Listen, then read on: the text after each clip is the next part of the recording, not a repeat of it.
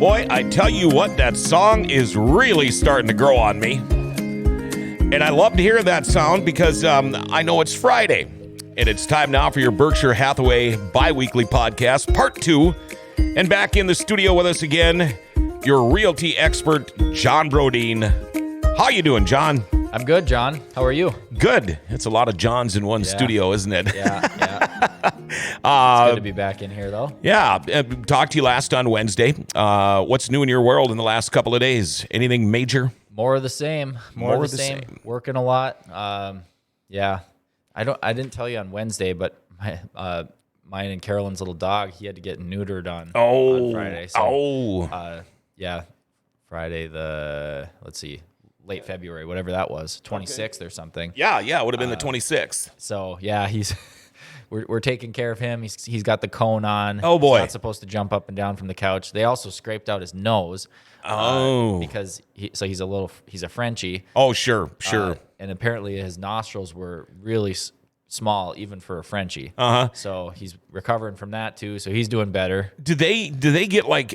I had a pug. Yeah. For years. Do they get like the little horn that kind of starts to grow on their nose? Because my pug used to, and we used to break open like vitamin E pills and rub it on his nose until it would finally soften it up and just fall off. But it's kind of disgusting, you know? He hasn't gotten that yet, but he's only like a year old. So okay. Maybe it'll happen. And so the little neuter job, it's affecting him, took a toll on him? Yeah, well, he was all drugged up the day we brought him home. Mm-hmm. So he was all out of it, falling asleep when he was sitting up, and he hasn't really been in pain though. He's been pretty comfortable. Yeah. We just have to keep him from moving around too much because we don't want him to rip open the stitches and they did such a good job. There's no stitches on the outside. Everything's all inside. Just taped, yeah, taped and glued or whatever they do. He's doing good, but we're taking extra care of him. You know, it's funny because I had a Weimaraner and a Corgi at one time. You've had a lot of I've had a lot of dogs, And the Weimaraner, when I got him fixed, it was like nothing. They said, "Do you want pain meds to bring home with you?" And I said, "Does he need them?" He said, "Give me a minute." He came back, said, "No." He looks like, brought him home. It was like nothing happened to him. Yeah. It was like he went in and got some shots, and that was it. But the Corgi, that little sucker played it out. I mean, sympathy. Oh, yeah. But the thing is with him, this dog was so vain, he liked the cone. Oh, my God. He was like, "Look what I got." Strutting around the neighborhood like he was something special. And I think he acted like he was sore because he didn't want to get rid of that stupid cone. Dogs are funny. Drama queen. See, Norm is so bad spatially that he keeps bonking into stuff with the cone and he doesn't get that he has to move. And it's just ridiculous. Like, I'll open the door to take him out and it'll hit the cone and he won't move. Hit the cone, and he won't move his head to the side. Or he'll bonk into something and he won't move. He'll just keep bonking into it because he doesn't get that the cone is getting caught on it. And you know what? If you've owned numerous dogs, you get what we're talking about. Yeah. And it's so funny. It's one of the great things I love about talking to you realty experts is the fact that we don't always just talk about real estate stuff. But one thing I do want to ask you, you know what? I was kind of looking around because, if I ever do decide to sell my house, there's a ton of realtors in Grand Forks. So what I would obviously do is interview a bunch. I'd probably pick maybe 10, 12 of them. I think there's over 200 agents in town, probably closer to 300. But if I'm going to interview these agents, listing agents, what would I ask? Are there red flags? Are there things you should be looking for before you pick your real estate expert? Yeah. So you're right. There are over 200. I think there are close to 250, 270 listing agents, or not listing agents, sorry. 250 to 270 licensed agents in the Grand Forks MLS. Now, keep in mind, our MLS goes down to Hillsboro, goes east to almost like past Thief River Falls towards Bemidji, goes north to the Canadian border, goes west all the way to like Devil's Lake. So it covers a pretty substantial area. So when you're thinking of which agents you want to interview full-time agents. That eliminates over 200 of those 270 agents because you want somebody who's full-time in the business. You're interviewing them to be your listing agent. So you want an agent who specializes in being a listing agent, does more listing transactions than buyer transactions. You also want an agent like I said, that MLS covers a really wide area. There's a lot of agents who you want somebody who's ranked higher in Grand Forks sales or Grand Forks or East Grand Forks sales than they are in the entire MLS, because then that shows that they specialize in Grand Forks. They're not, covering some, the small towns or the surrounding area, because then they're likely not going to know the Grand Forks market that well. So if you narrow it down to listing agents, if you look at the top 25 agents in town that are listing agents that have a higher ranking in Grand Forks than they do in the entire MLS, that narrows it down to only 11 agents. Oh. So we started with 270. Now we're down to 11, right? And these are going to be the top dog, the best 11 agents you could talk to. And I mean, if you're going to, most people, if they interview multiple agents, it's probably going to be like 2 to 4 agents. Yeah. Usually most people won't, just because it's time consuming. And there is a possibility that one of those agents, even if you didn't pick them, could be the one that brings in the buyer to your listing. Sure. So you don't want tons of people knowing all your personal information, confidential details, all that kind of stuff. So you had asked, what are some red flags to watch for when you're interviewing multiple agents?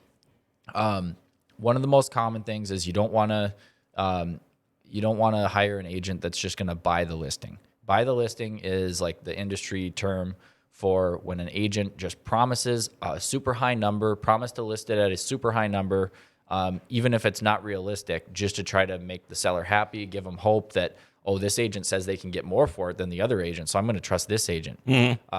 And even if they can't deliver on it, one of the biggest mistakes you can make is overpricing your listing. So if they aren't correct in their pricing and they're just telling you a high number to tell you what you want to hear so you hire them, that's going to set you back and cost you thousands of dollars and months of your time. Okay. So that's probably the biggest red flag. In that same thread, number 2. So we've got five red flags here. Number 2, not performing a CMA, just offering to list the house at whatever the seller wants to list it at. Part of what they're paying you for is your expertise and your market knowledge. Sure. And part of that is doing your research and figuring out what the market says this house should be priced at. Because if you risk over or underpricing your house, you could end up sitting on the market for 6 months or a year longer than you plan to, or you could end up selling for a lot less than what actual market value is, or both. Oh. Worst case scenario. Yep. You sit for way longer, you waste all that money in holding costs. So don't ever hire an agent that's just going to price it at whatever you think it's worth and doesn't do their own research and their own market analysis on the property.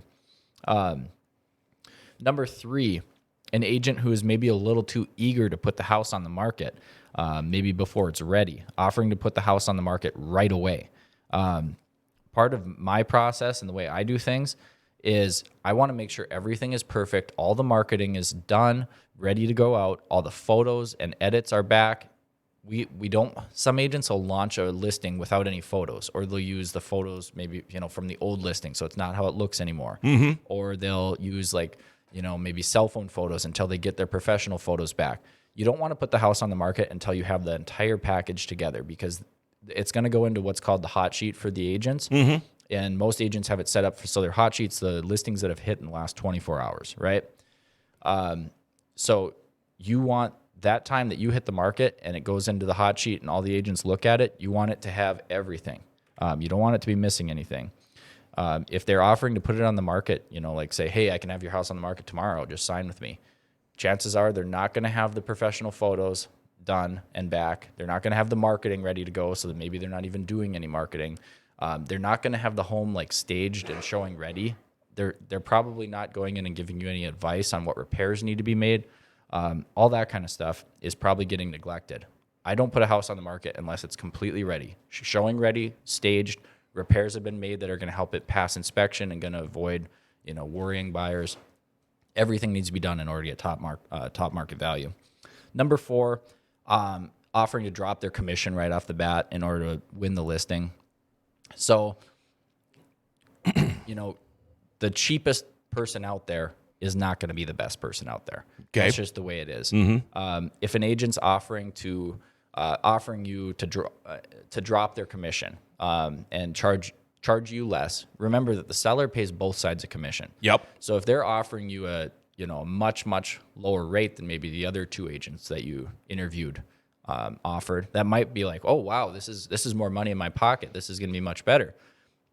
first off, it shows that the agent is probably not as competent, and that if their only game plan on how they're going to get business is Kind of sounds like desperation to me. Might be a little desperate.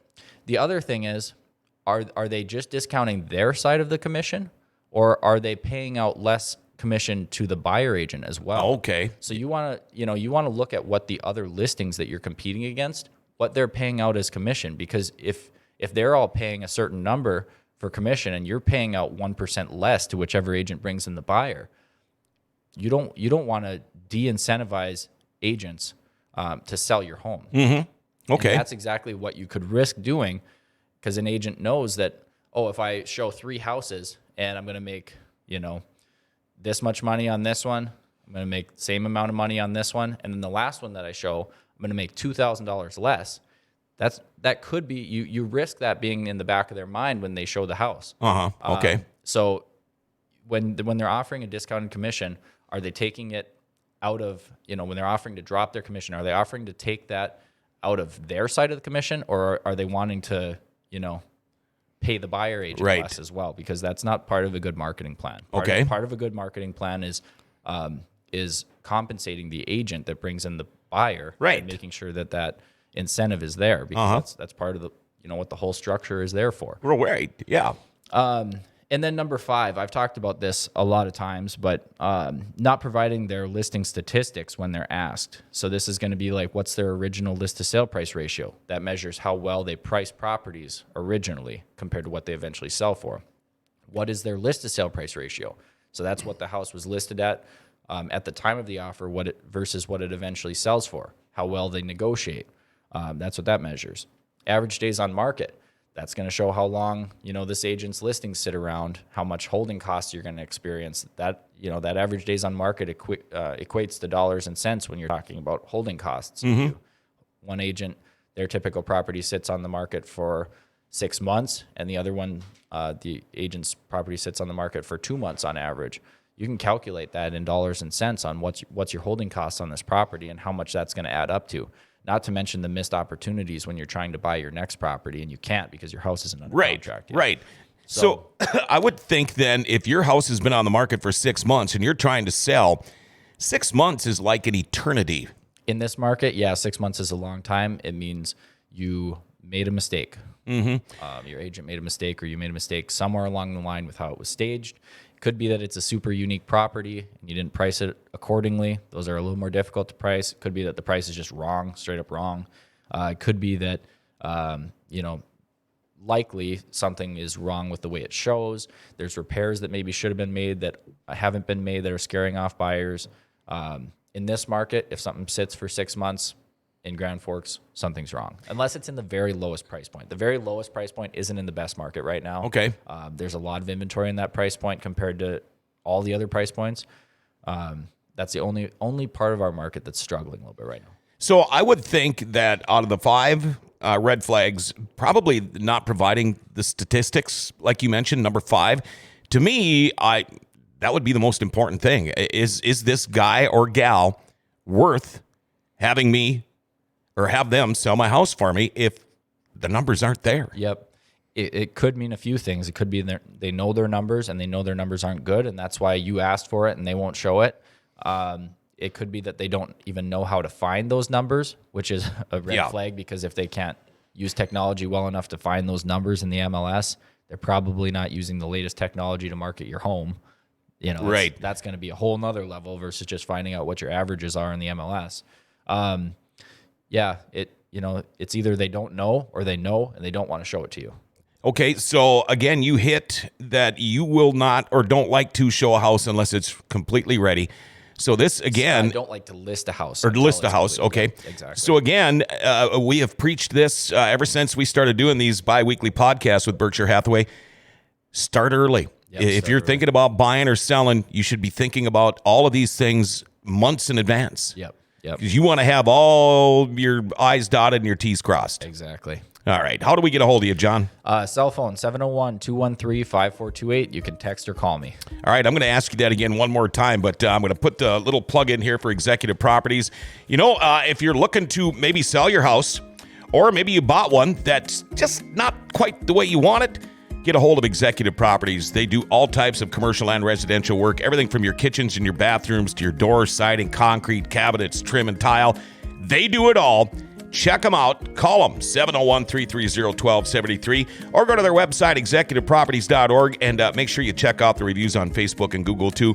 You're going to love their work, so that's something to think about after you talk with John Brodeen, realty expert at Berkshire Hathaway. Again, John, your phone numbers. 701-213-5428. That's my cell phone. Call or text me.